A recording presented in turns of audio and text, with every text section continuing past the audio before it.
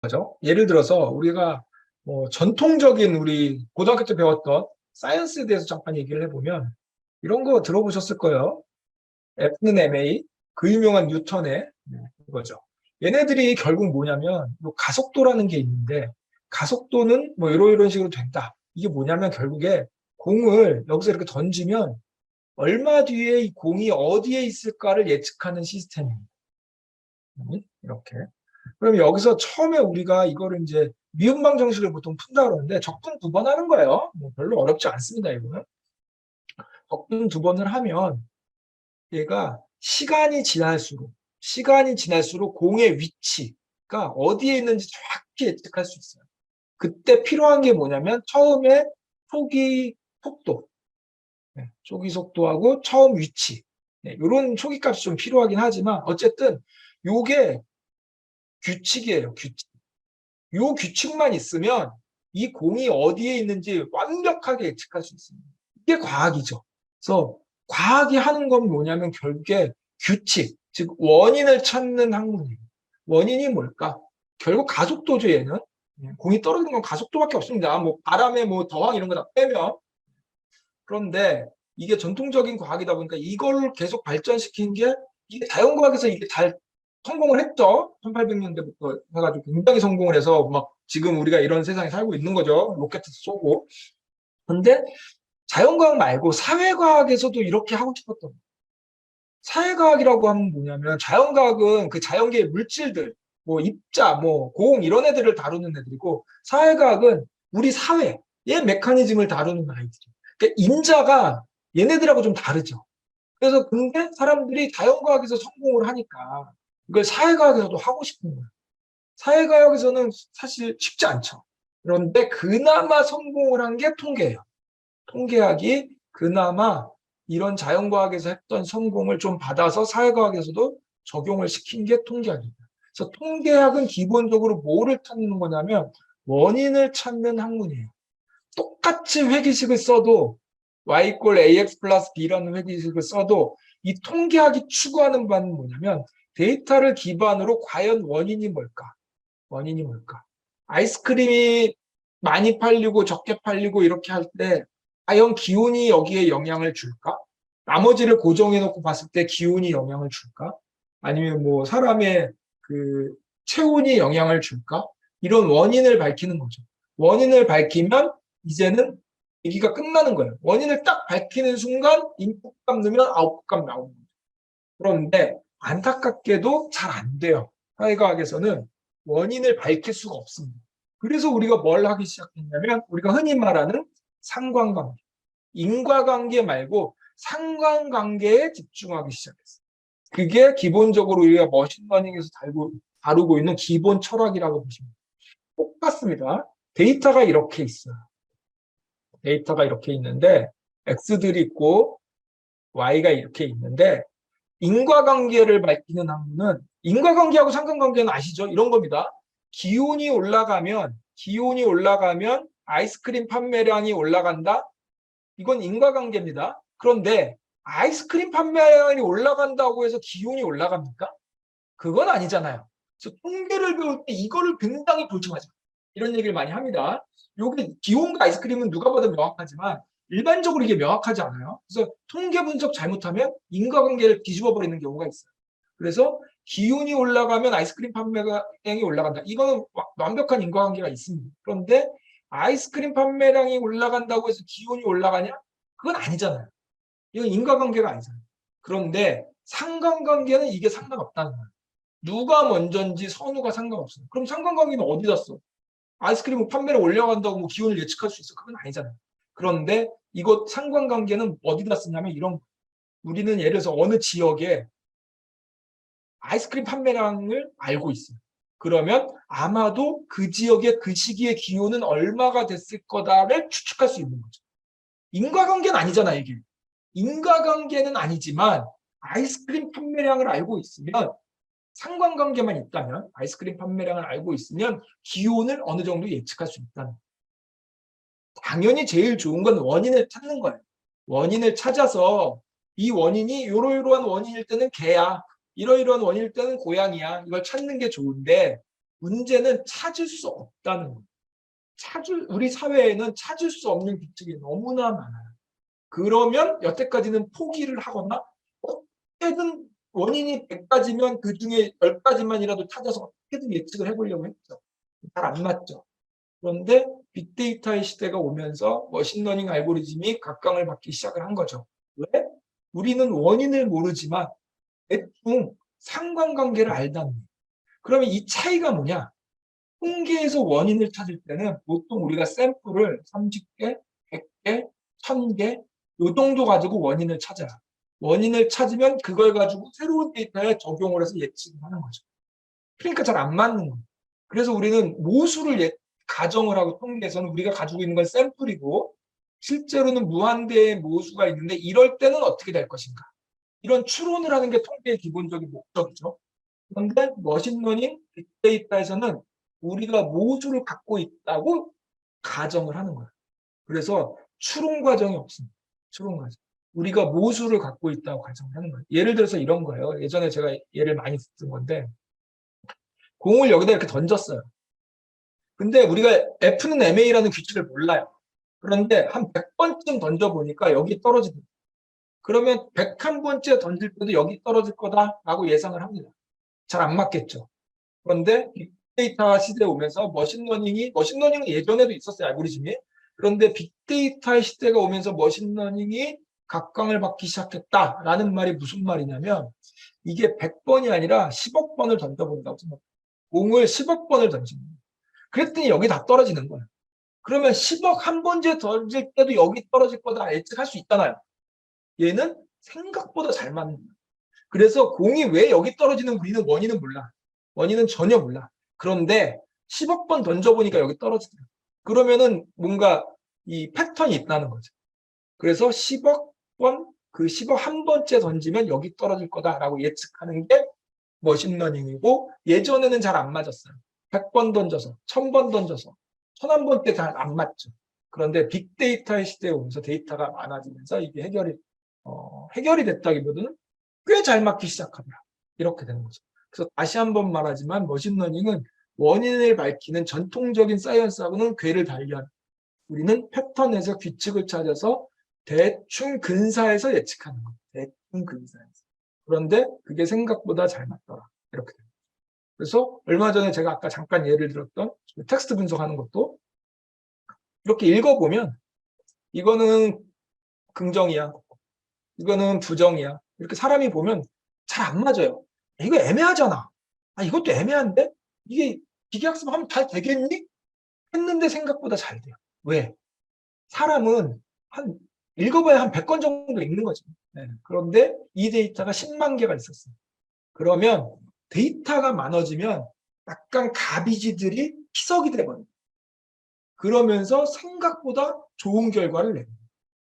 요런 게 제가 볼 때 머신러닝, 이거는 왜 이 원리를 아는 게 왜 중요하냐면 우리가 머신러닝으로 뭔가 하려고 설계를 할 때 이게 조금 약간 에피소드를 말씀드리면 제가 이거 컨설팅 한 거거든요. 근데 컨설팅을 하는데 이거를 해서 제가 이런 식으로 하라고 컨설팅을 했어요. 그런데 어떤 다른 좀 분 쪽에 있는 전문가분하고 얘기를 하게 됐나 봐요.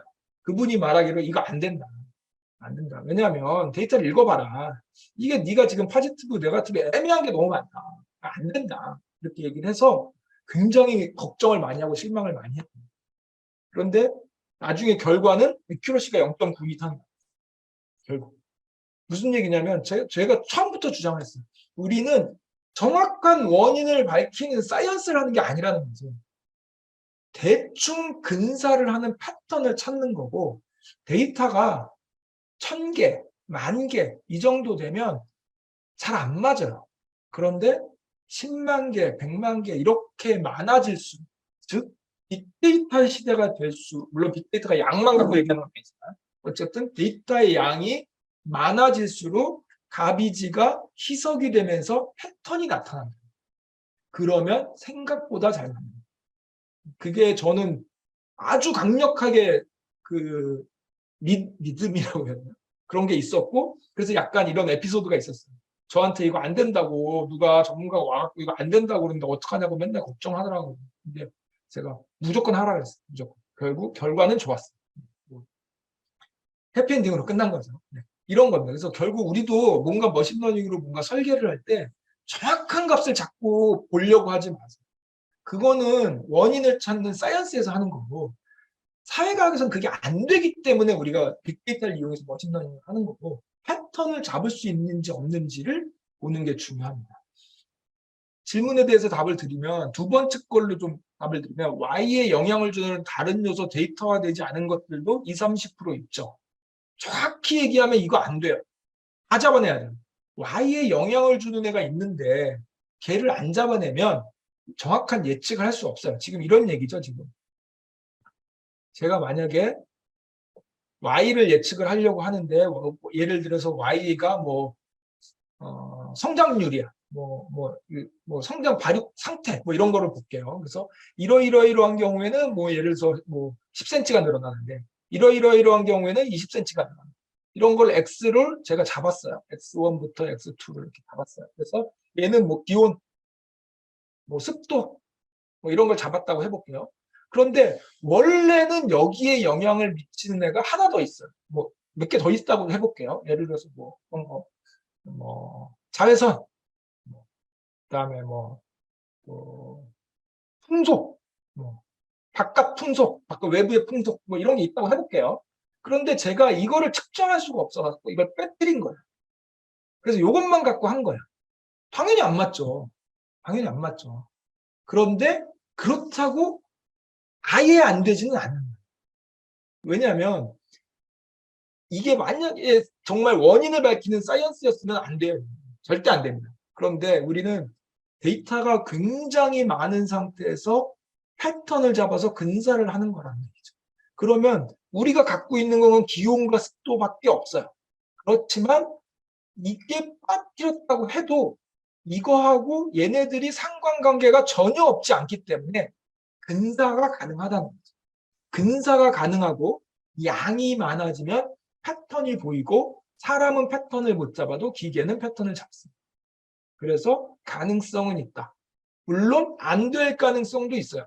왜냐하면 우리가 20, 30%라고 생각했던 얘가 굉장히 지대한 영향을 미칠 수 있고 이 패턴이 일정하게 얘가 10이고 얘가 20이고 그럼 우리는 측정은 안 했지만 대충 얘는 10일 거야. 대충 이런 패턴이 얘하고 같이 가는 패턴이 있으면 의외로 잘 되는 거고 만약에 얘가 엉뚱하게 얘네 X들끼리와 우리가 찾지 못한 X도 전혀 엉뚱하게 막 반응하고 얘도 전혀 엉뚱하게 반응하는데 이 Y는 얘의 디펜던시가 너무 커. 이런 경우는 당연히 안 됩니다. 이런 경우는 안 돼요. 그래서 이거는 해봐야 하는 거예요. 근데 이제 아마 20, 30%라는 것도 아마 대략적인 수치일 것 같은데 이거는 제가 볼 때는 해봐야 하는 거예요. 그러니까 정확히 얘기하면 원래 안 되는 게 맞습니다. 그러나 실망하긴 이르다.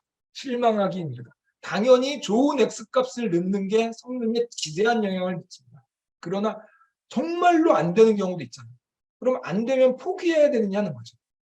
아쉬운 대로 해야 되는 거죠. 그리고 가능하면 이걸 측정하지는 못하더라도 우리가 이 패턴과 이게 연관성이 있다는 걸 보여서 간접적으로라도 예측할 수 있는 걸 찾으면 좋습니다.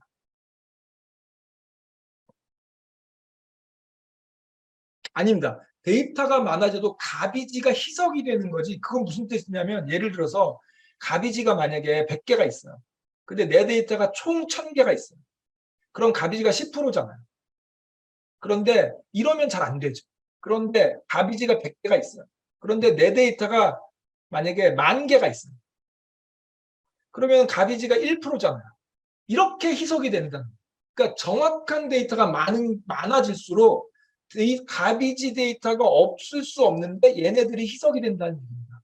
그러니까 가비지 데이터가 점점 많아진다고 좋아지는 게 아니라 우리가 사람이 봤을 때 가비지인 듯 보이지만 데이터가 많아지면 그게 정확한 좋은 데이터가 많아질 확률이 많아진다. 이렇게 봐야 돼요. 누가 봐도 가비지인 건 당연히 제껴내는 게 좋죠. 누가 봐도 가비지인 건 당연히 없애는 게 좋습니다. 가비지가 희석된다는 말은 데이터의 양이 많아질수록 좋은 데이터가 많아질 가능성이 많다는 얘기예요. 그런데 특별한 경우에 가비지 데이터만 엄청 많아진다.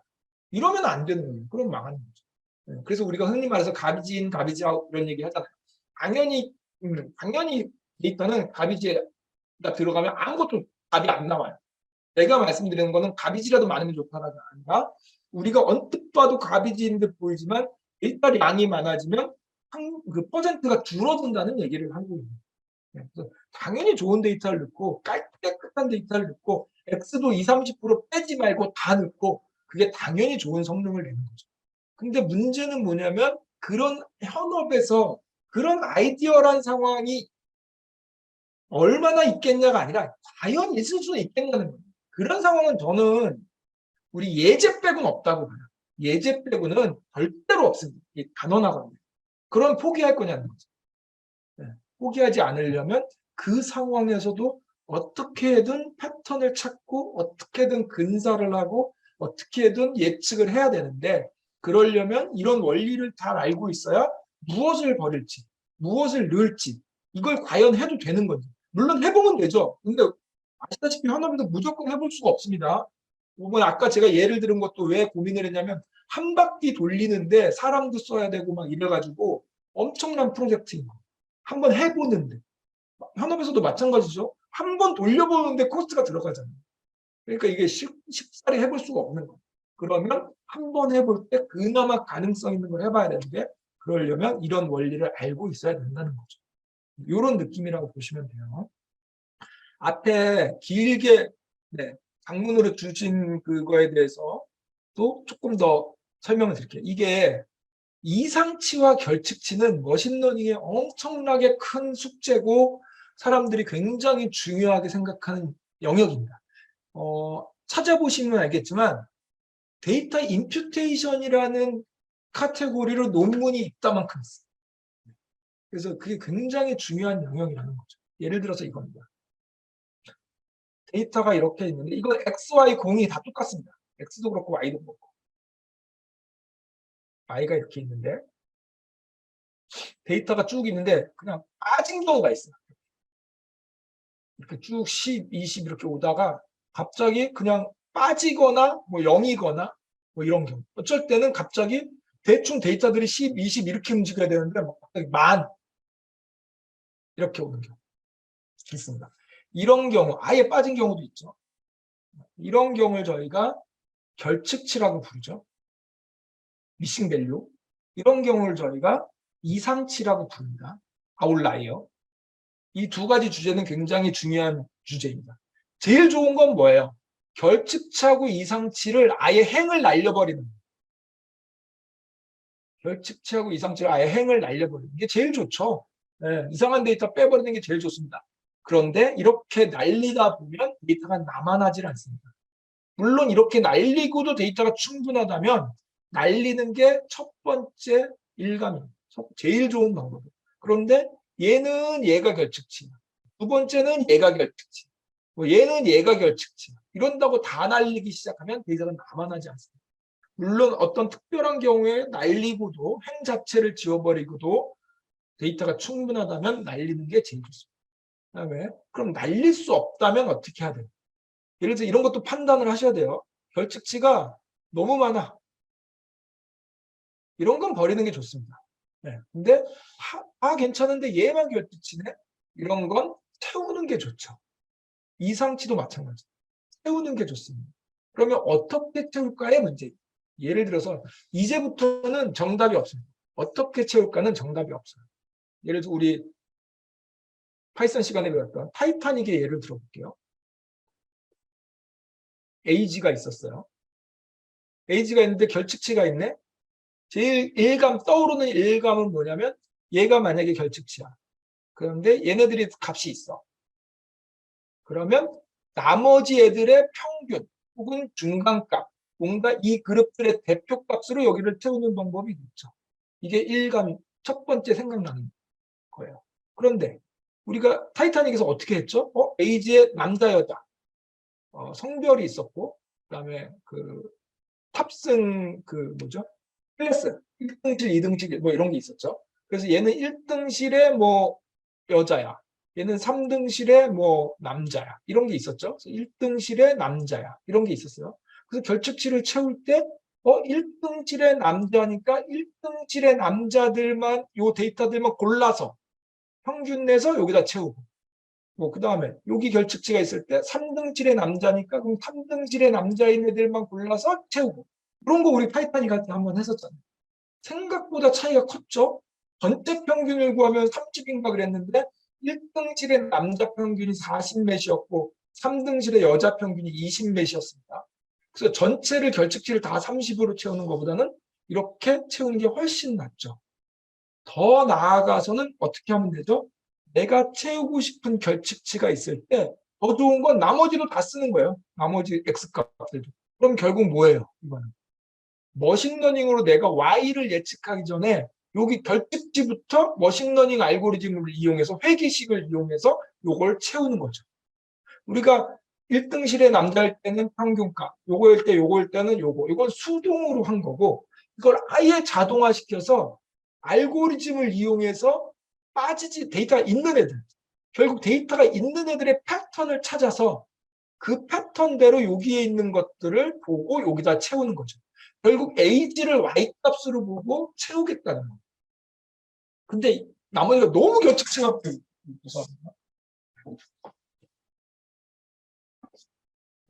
너무 결측치가 많아버리면 이건 아무것도 안 되는 거예요. 네. 전체 데이터가 있는 상태에서 좀 빠진 게 있을 때 얘기하는 거죠. 그래서 아예 머신러닝 알고리즘으로 이걸 채우는 방법도 있어요.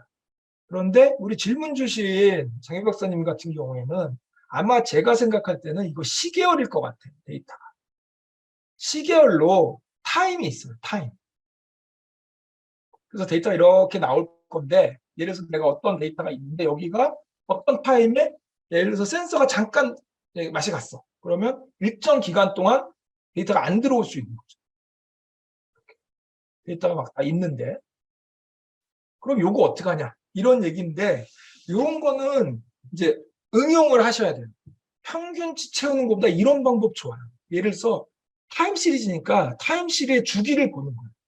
예를 들어서 1시부터 뭐 5시까지요. 쭉 가다가 내가 빠진 데가 보니까 1시부터 5시까지네.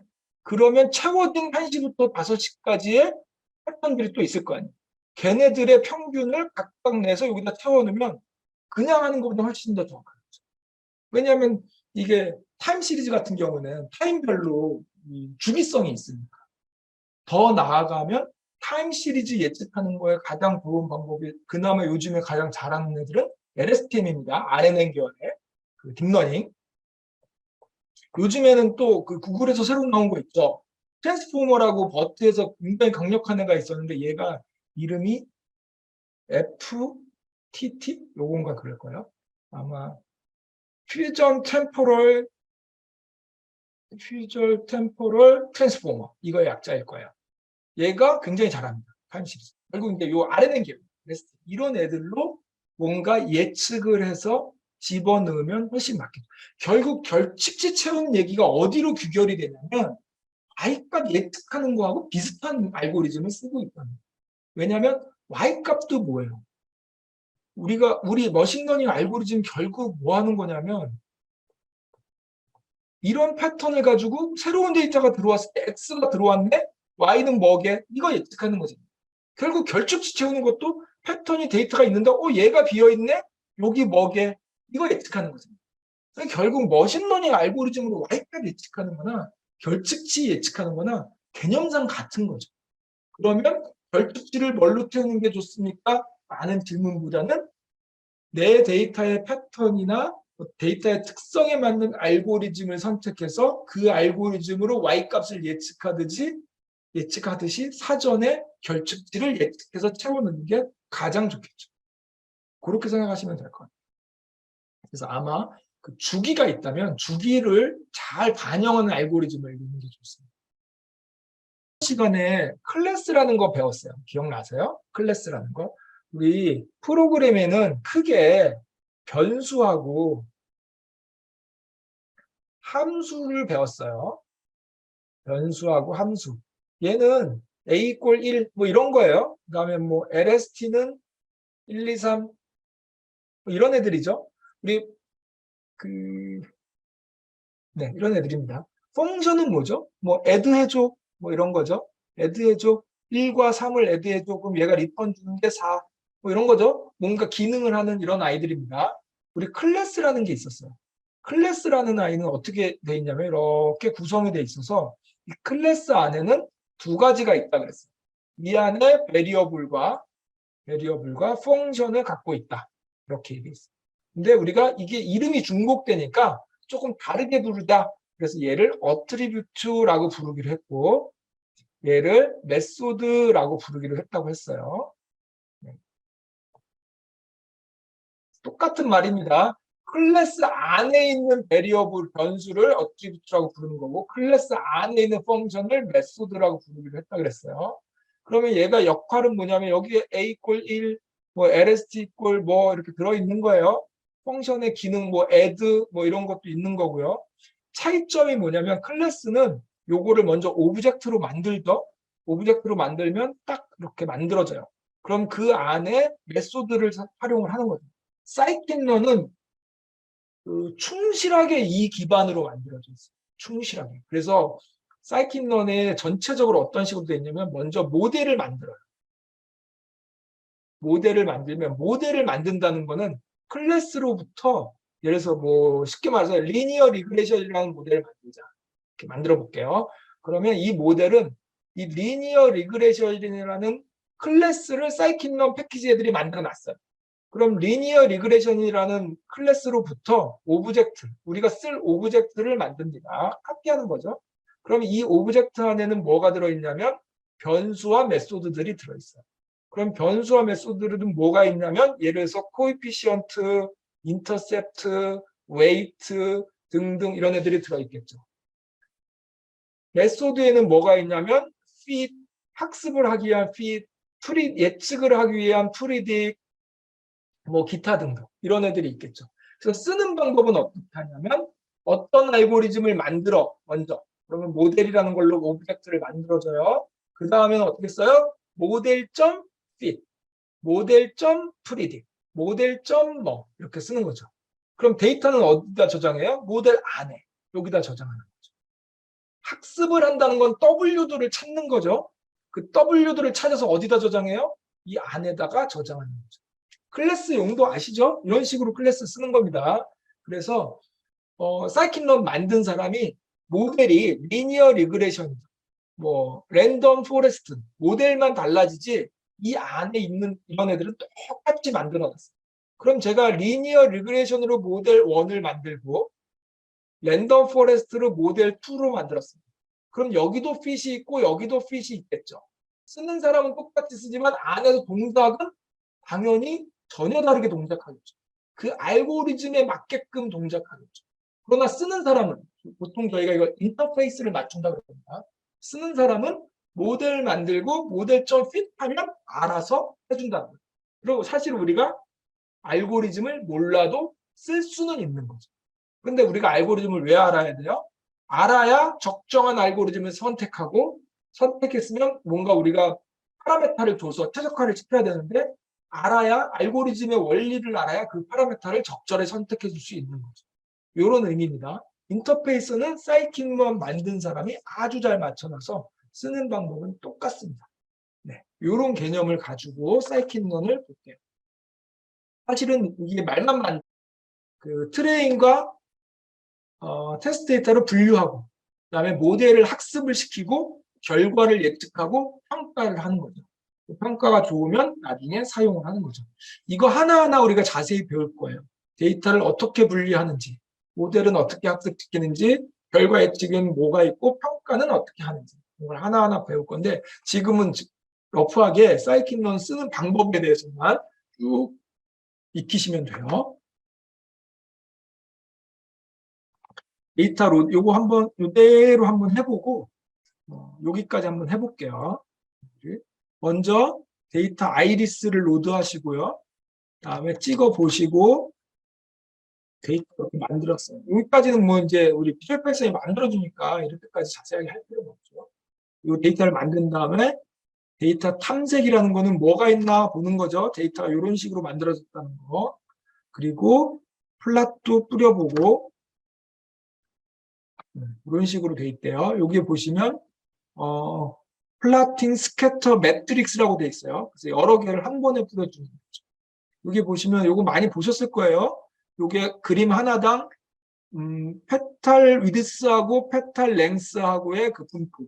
얘는 페탈 위드스하고 페탈 세팔 위드스하고의 분포. 이런 식으로 보여주는 거고, 대각선은 자기 자신하고 자기 자신이잖아요. 그러니까 분포를 그리면 그냥 이렇게 쭉 대각선으로 나올 거잖아요. 의미가 없잖아요. 그래서 히스토그램을 보여주는 겁니다. 전형적으로 우리가 많이 보는 그 그림이라고 보시면 돼요. 그래서 얘하고 얘하고 관계가 이렇구나. 얘하고 얘하고 관계, 요런 애들이 상관관계가 높은 거죠. 이렇게 좀 직선으로 이렇게 쭉 나와 있는 애들, 요런 애들. 뭐 사실 대각선을 중심으로 대칭이기 때문에 얘하고 얘하고 같은 거죠. 이렇게 요런 애들, 요런 애들 두 개 정도가 상관관계가 높다. 보시면. 데이터를 나눠볼게요. 트레인 테스트 스플릿, 트레인 테스트 스플릿이라는 함수, 머신 사이킷런에서 제공하는 아이입니다. 얘를 가지고 이렇게 나눌 거예요. 나누는 거 이거 조금만 보고 갈게요. 데이터를 나눌 때는 데이터가 보통 우리가 이렇게 돼 있잖아요. 그래서 X들, Y 이렇게 있죠. 그래서 이렇게 데이터를 인풋을 X들과 Y를 주면 이렇게 트레인과 테스트를 쪼개줍니다. 그래서 얘가 우리한테 리턴을 4개를 해줘요. X 트레인, Y 트레인, X 테스트. 여기가 트레인 영역이고 여기 테스트 영역으로 쪼개주는 거죠. 그래서 X 트레인, Y 트레인, X 테스트, Y 테스트. 이렇게 우리한테 4개로 돌려줘요. 만약에 이렇게 줄 수도 있어요. 우리가 Y가 구분이 안 돼 있는 애들도 있을 수 있죠. 그래서 만약에 데이터를 우리가 그냥 이렇게 줬다.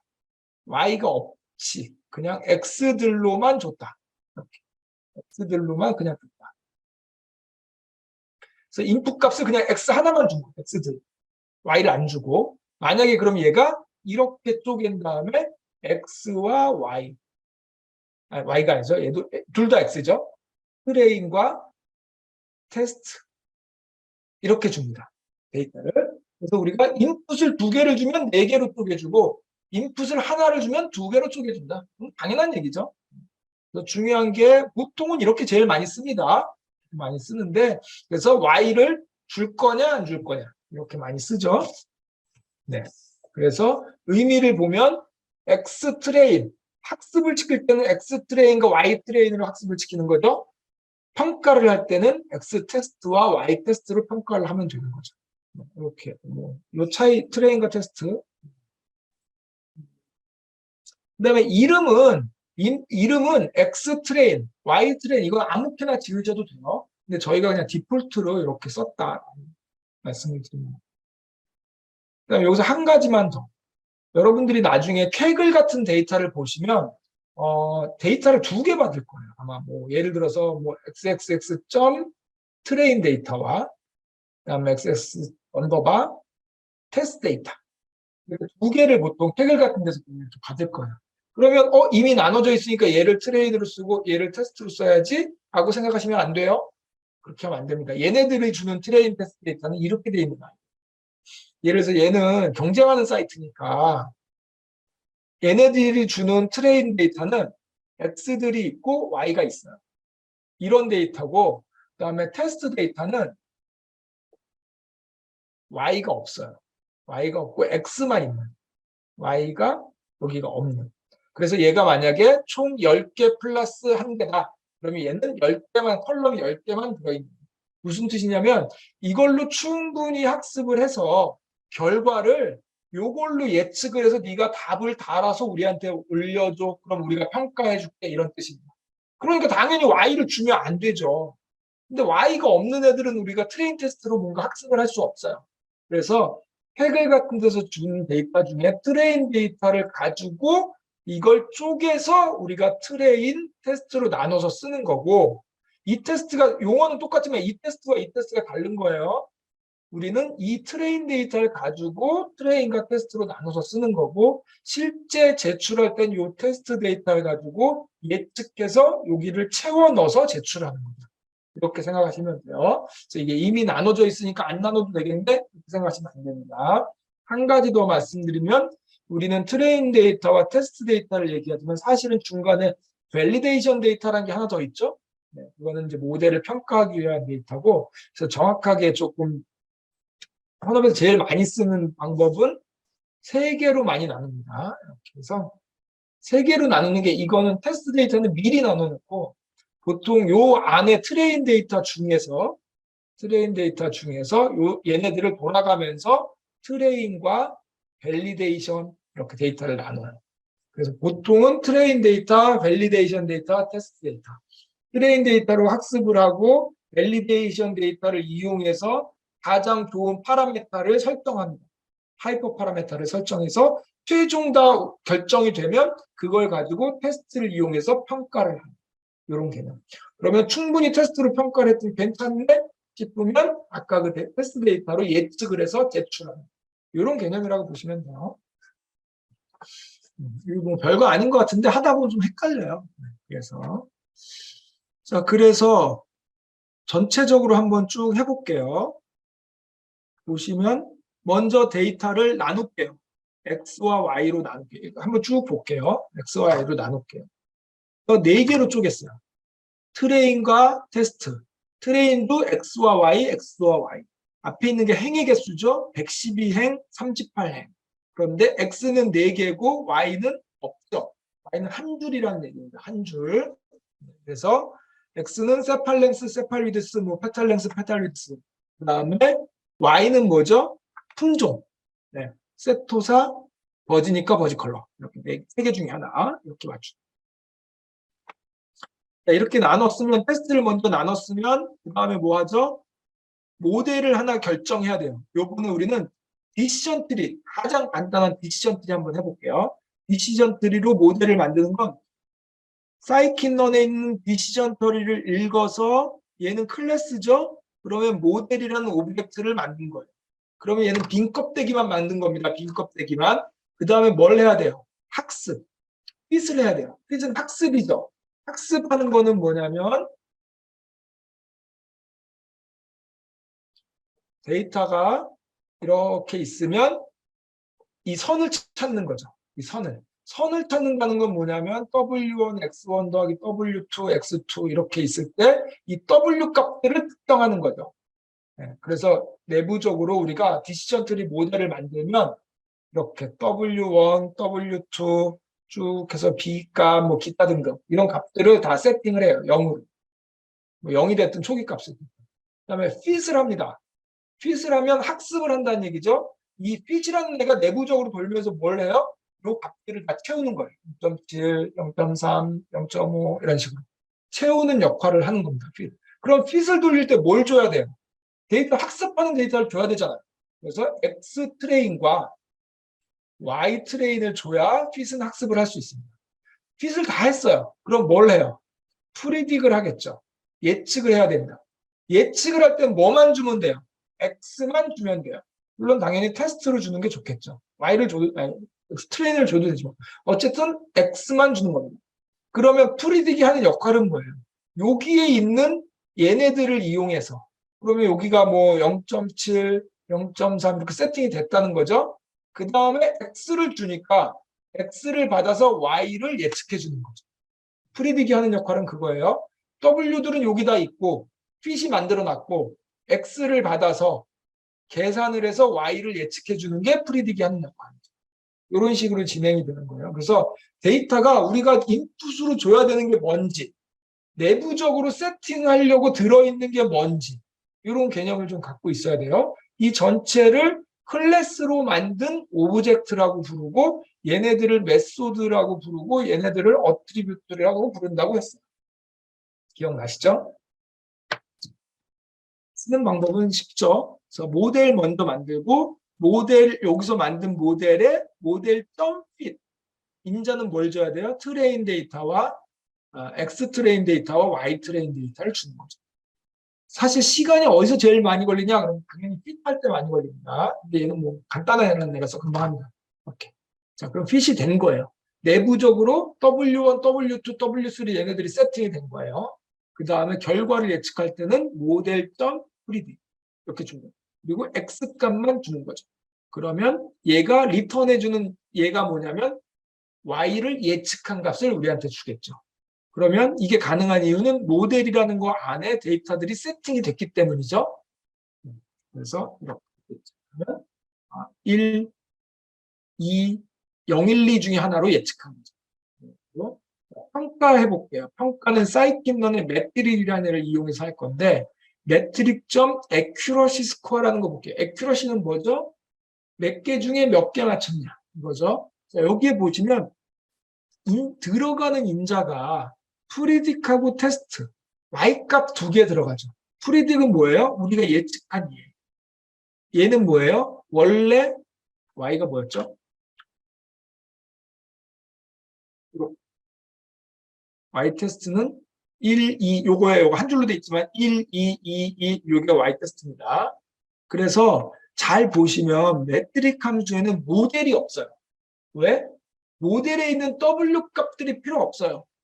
평가할 때는 네가 예측한 값과 정답값만 주면 세트 비교해서 몇 개 중에 몇 개 맞췄는지만 구해주는 거예요. 그래서 예측할 때는 모델이 필요 없다. 이런 것들을 생각해 보시면 돼요. 액큐러시. 액큐러시가 0.92. 굉장히 잘 나온 거죠. 이렇게 했어요. 그럼 이제 써야 되는 거잖아요. 쓸 때는 어떻게 해요? 새로운 데이터를 지나가다 뭐 예를 들어서 불꽃을 만났어. 센치를 재보니까 꽃잎의 길이와 꽃받침의 길이가 이러이러해. 그래서 데이터를 만들어 놓고 이 데이터를 모델.점 프리딕에 주면 되죠. 프리딕에 주는 임자는 뭘 주는 거예요? x들.